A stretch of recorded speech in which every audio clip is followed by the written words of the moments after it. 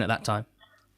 It was probably the ambition of the owners. You know, you look at what them owners have done for Leicester City, and not just Leicester City, the whole of Leicester. You know, obviously, you know, rest in peace, Vichai the boss, but you know what they've done and the way they've done it has been unbelievable. And the one thing for me going at that time was obviously I think I was 33 maybe when I signed for Leicester. There was a lot of achievements for this Leicester side, let's be clear, but I want to ask you maybe a slightly different question, and that is, everyone thinks they've got an eye for a footballer, non-players, fans certainly, but for someone who's played in all 5 tiers, I dare say you've probably got a better eye than most, a better eye than some. So my question is, did you see Jamie Vardy when you played with him for Leicester, representing England at major tournaments, winning Premier League Player of the Year? Did you see Riyad Mahrez being a £60 million player, playing under Pep Guardiola at Man City? The one thing with Vards is obviously I'd known him from at Fleetwood, because obviously Blackpool, Fleetwood quite close. I played against them before, and in that game I just remember the energy levels and the desire he had. You know, he was. We were obviously the better team, but he was a thorn in the side. He was closing down, the energy he showed. And at Leicester, he was probably the one player that I connected with most. We got on really well, family holidays and stuff, things like that. Our houses backed onto each other when I was renting somewhere up there. So I was really close with him. And I knew that he was one of them who could, you know, his desire to play and improve was unbelievable, and I had a feeling that he'd do something special. You know, that when he got in the Premier League, I didn't think he'd kick on and, you know, go to the levels he's got now of going on that score and run 100 Premier League goals. You know, and I've spoke to the physios and stuff at Leicester when I've been there, and they're saying he's fitter now than he was, you know, 5 years ago. He's got all them attributes.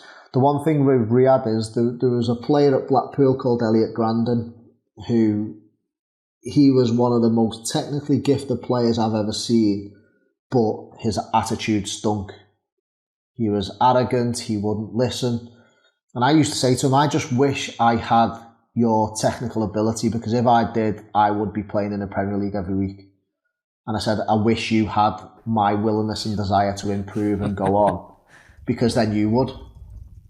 And with Riyad, when he first come in, it was a little bit like that. He was technically, well, probably one of the best I've seen or played with. But he come in and he was a sulky, arrogant young kid. When I tried to help a little bit. As I said, that's what I tried to do. Anyone who thought, you know, they need a little bit of advice. So I was trying to speak to him, and he was just like, who are you to tell me? And I was like, well, I'm trying to help you get to that next level. And it was probably about the first 6 months he didn't really play. And this was part of the problem, that he wouldn't listen, he wouldn't adapt, he wouldn't take on that. It was, you know, it was a team thing. You had to play as a team and work. And it was probably just after Christmas. I remember we were training one day and I just lost it with him. It was just something so simple that I think we were both we were 2-on-1, and I would have had a tap in, and he's not passed it to me and tried to take someone on, got tackled, and they've gone up and scored, and I just lost it with him, just going at him, and I was like, you could be this, you could do that. And it was only after training that he's come to me and he's apologised, and he started asking me, why do you think I could do this? And I just said, it's the same. I wish you had my willingness and desire to go and improve yourself and do that. All the managers always tell you, the coaches tell you how good you can be, but you don't listen. You know, you think you're a maverick. He said, if you can get that team ethic side into you could go. I actually said to him, you could go and play for Barcelona. You know, I said, that's how good you could be. And after that, he was asking the coach. He just seems to, might not have been that gave him the thing, but he just seemed to go on to that, right, I'm going to learn, I'm going to listen, and he went to the next level and beyond after that. And as you say, technically he's unbelievable. 2-footed, glides, he was superb. You came off the bench for the opening game of Leicester's Premier League campaign at Stamford Bridge, but ended up going out on loan for most of that season to the Championship and then moved to Tranmere the season after in the National League. What were your emotions watching your old teammates, your old club, then going on this journey to be crowned Premier